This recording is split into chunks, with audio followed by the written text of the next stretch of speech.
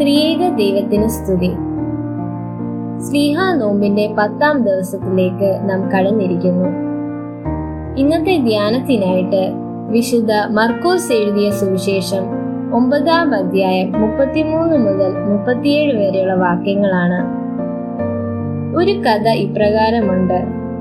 ഒരു പേപ്പറിൽ 1 എന്ന അക്കം എഴുതിയിട്ട് ഒരാൾ ഇപ്രകാരം ചോദിച്ചു: ഞാൻ ഈ എഴുതിയതിനെ ഒന്നും ചെയ്യാതെ അതിനെ ചെറുതാക്കുന്ന ആളിന് എന്റെ വക സമ്മാനം.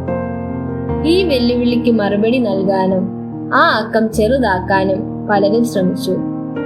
ഒടുവിൽ ആ അക്കത്തിനോട് ചേർന്ന് അല്പം കൂടി വലിയൊരു 1 എഴുതിയപ്പോൾ ആദ്യത്തെ 1 ചെറുതായി. ഒന്നിന്റെ മുൻപിൽ ചെറുതാകാൻ മനസ്സില്ലാത്തവരുടെ ചോദ്യമാണ്, ഞങ്ങളിൽ വലിയവൻ ആര്? ഇതിനുത്തരമായിട്ട് യേശു താൻ ചേർത്തണച്ച ശിശുവിനെ ശിഷ്യരുടെ നടുവിൽ നിർത്തി യേശു പറഞ്ഞ നേതൃത്വ രഹസ്യമാണ് ഇന്ന് നാം ധ്യാനിക്കുന്നത്. ഒന്നാമനാകുന്നവർ ഒന്നിനെയെങ്കിലും കൈക്കൊള്ളുക. ഒത്തുതിരിഞ്ഞ് വളരുവാൻ പ്രവണതയുള്ള ഈ ലോകത്ത് ചേർന്ന് വളരേണ്ടതിന്റെ ആവശ്യകത ഈ ഭാഗം ഉയർത്തിക്കാട്ടുന്നു. നമ്മുടെ ജോലി ഇടങ്ങളിലും പഠന കൂട്ടുകെട്ടിലും മത്സരബുദ്ധിയുള്ള സാമർഥ്യമുള്ള ആളുകളോട് ചേരുന്നതാണ് നമുക്കും പ്രയത്നിക്കാൻ പ്രചോദനം. എന്നാൽ എപ്പോഴും ഒരാളിനെ ആശ്രയിക്കേണ്ടുന്ന ഒരു ശിശുവിനെ ദൈവനാമത്തിൽ കൈക്കൊള്ളുവാനുള്ള ഹൃദയവിശാലതയും സമയവും സന്നദ്ധതയും ഒന്നാമനിൽ യേശു പ്രതീക്ഷിക്കുന്നു. വിശുദ്ധ മർക്കോസ് എഴുതിയ സുവിശേഷം 9ാം അധ്യായം 37ാം വാക്യത്തിൽ യേശു ഇങ്ങനെ പറയുന്നു: ഇങ്ങനെയുള്ള ശിശുക്കളിൽ ഒന്നിനെ എന്റെ നാമത്തിൽ കൈക്കൊള്ളുന്നവൻ എന്നെയും കൈക്കൊള്ളുന്നു, എന്നെ കൈക്കൊള്ളുന്നവനോ എന്നെ അല്ല, എന്നെ അയച്ചവനെ കൈക്കൊള്ളുന്നു എന്ന് പറഞ്ഞു. ദുർബലമായതിനെ ഉൾക്കൊള്ളുമ്പോൾ ഒന്നാമനിൽ വളരുന്ന സഹിഷ്ണുത ഒരു നേതാവിന്റെ പ്രകട ഗുണമാണ്.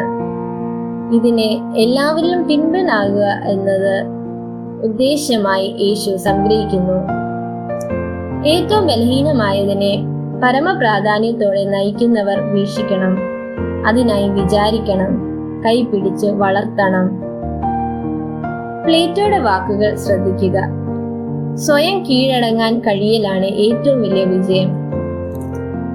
ഒന്നാമൻ കീഴടങ്ങേണ്ടത് വിജയിക്കാൻ പരക്കം പായുന്നവർക്കിടെ ഓടാൻ മറന്നുപോയ ജീവിതങ്ങളുടെ നിസ്സഹായ അവസ്ഥയുടെ മുൻപിലാണ്.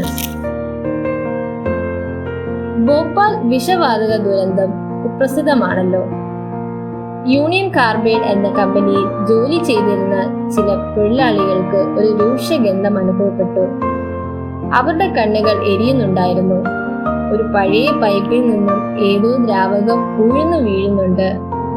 അതിൽ നിന്ന് തന്നെ ഒരു മഞ്ഞ നിറത്തിലെ വാതകം ചോരുന്നുണ്ട്. ഇത് കണ്ടെത്തിയ തൊഴിലാളി അത് മേൽനോട്ടം നിർവഹിക്കുന്ന ആളിനോട് അറിയിച്ചപ്പോൾ അത് സാധാരണ വെള്ളത്തിന്റെ ചോർച്ചയായി അയാൾ വില കുറഞ്ഞു കണ്ടു. പതിവ് പോലെ രാത്രിയുടെ ആലസ്യം അകറ്റാൻ അവർ ചായക്കായി പിരിഞ്ഞു. ചായ കുടിച്ച് മടങ്ങി വന്നവർക്ക് ശക്തമായി ചുമ കൂടി അനുഭവപ്പെടാൻ തുടങ്ങി. മണിക്കൂറുകൾക്കകം ഭോപ്പാലിനെ നടുങ്ങിയ വിഷവാതക ദുരന്തത്തിലേക്കാണ് ആ നഗരം ഉണർന്നത്. മേലുദ്യോഗസ്ഥൻ പദവിയിൽ ചെറിയവരായ തൊഴിലാളികളെ ഒന്ന് ചെവി കൊണ്ടിരുന്നെങ്കിൽ. കേൾക്കുവാൻ വേഗതയും പറയുവാൻ താമസമുള്ളവരായി നമുക്ക് മാറാം. ഒന്നാമതായി, അയച്ചവനെ അനുസരിക്കുക.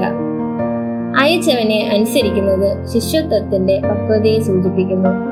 ഈ പക്വതയിലേക്കുള്ള വളർച്ചയുടെ തെളിവാണ് ഉൾക്കൊള്ളുവാനും ചേർത്ത് നിർത്തുവാനുമുള്ള കഴിവ്. അനുസരണത്തിലാണ് ദൈവപ്രസാദമുള്ളത്. രണ്ടാമതായി, അനുസരിക്കുന്നതിനാൽ നയിക്കുക. ഉൾക്കൊള്ളൽ ക്രിസ്തു കാട്ടിത്തന്ന മാതൃകയാണ്.